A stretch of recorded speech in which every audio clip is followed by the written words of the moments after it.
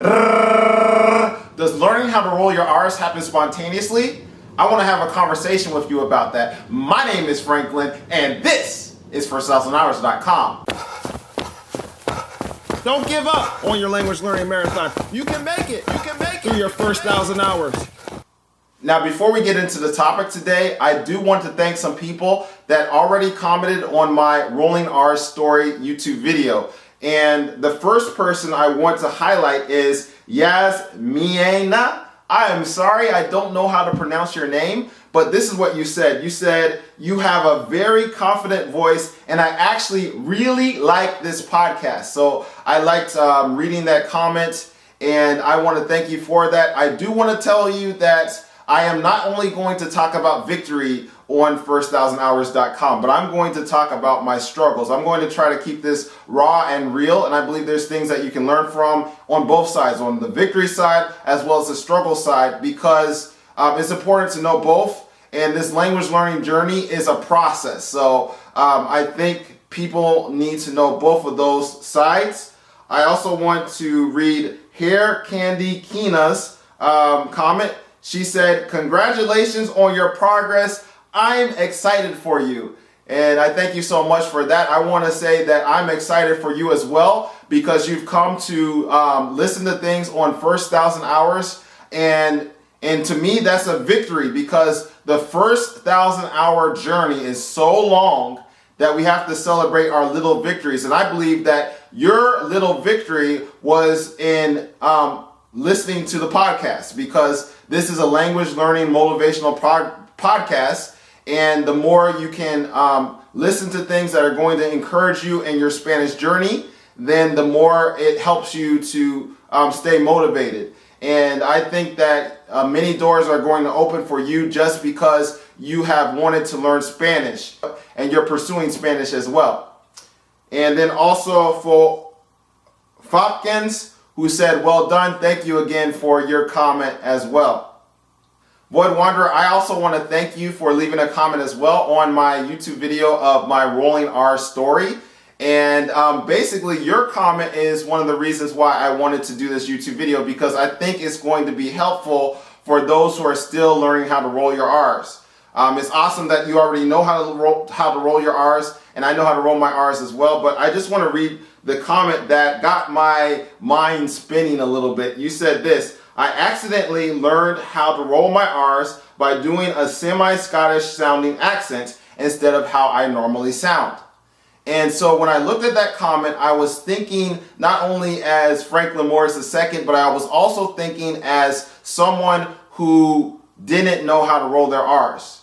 And they might be putting a lot of effort and going to a lot of different YouTube videos and trying to figure out, how do I roll my R's? What's the right technique? What am I doing wrong? And then they might see a comment like this, where someone just accidentally learns how to roll their R's and they're doing it without any effort, without anything else. But I was wondering, was there something more to the story of Void Wanderer? So I engaged in a conversation with Void Wanderer, and I just want to read our comments that we had. So I said this.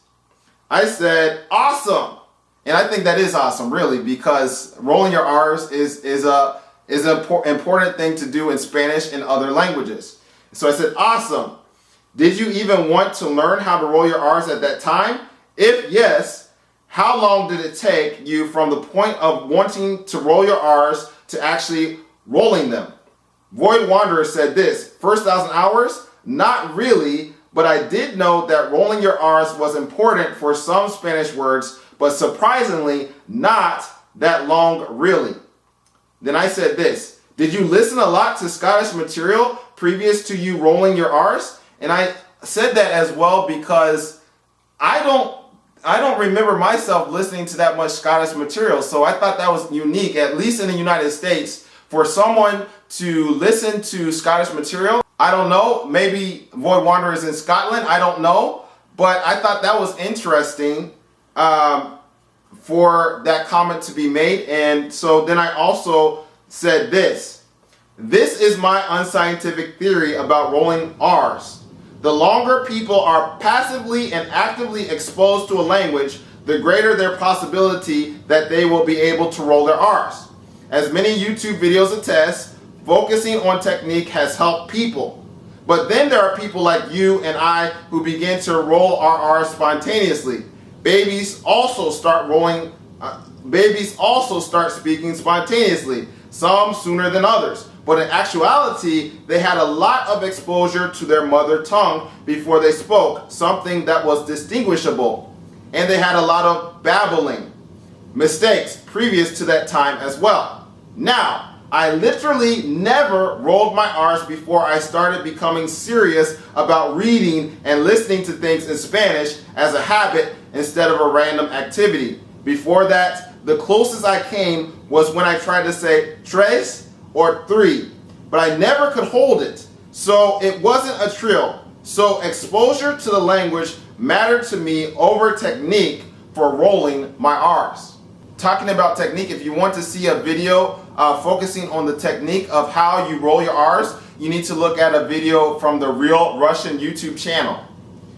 Void Wanderer said this to me: first 1,000 hours, the only thing that I've listened to that is extremely similar to Scottish is the people I know with very heavy Irish accents. And the amount of people I know with Irish accents is kind of big, which probably played a part in it. And then I said, okay, that makes sense to me then. So it wasn't an accident in how Void Wanderer learned about rolling the R's? I personally don't think so. And there's a principle that I want to talk about from Matthew 12 and verse 34. It says, out of the abundance of the heart, the mouth speaks. And then the Bible says in Proverbs 23 and verse 7 that the mind is synonymous with the word heart. So really, that's a language learning principle, I believe, where when we fill our minds with the language, then it comes out. So a lot of times I think we first focus on speaking, and then we get discouraged. If we're exposed to the language, this is my theory, then it's easier to actually speak the language. And I mean, when I say exposed, I'm talking about reading and listening to native materials in your target language. But that's my opinion. And I want to find out what your opinion is. So I have questions that I hope that the first 1,000 hour community will answer. So this is the first question. If you don't know how to roll your R's, about how many hours have you listened to Spanish or a similar language? And when I say similar language, I'm talking about a language where you need to roll your R's. This is a question for everyone. What is more important in learning how to roll your R's? Learning a specific technique or the amount of hours spent listening to Spanish or a similar language? I'm looking forward for you filling out the polls and also leaving some comments. And I'm looking forward to having a conversation with you that's past this video. My name is Franklin, and this is first1000hours.com. Don't give up on your language learning marathon. You can make it. You can make it through your first 1,000 hours.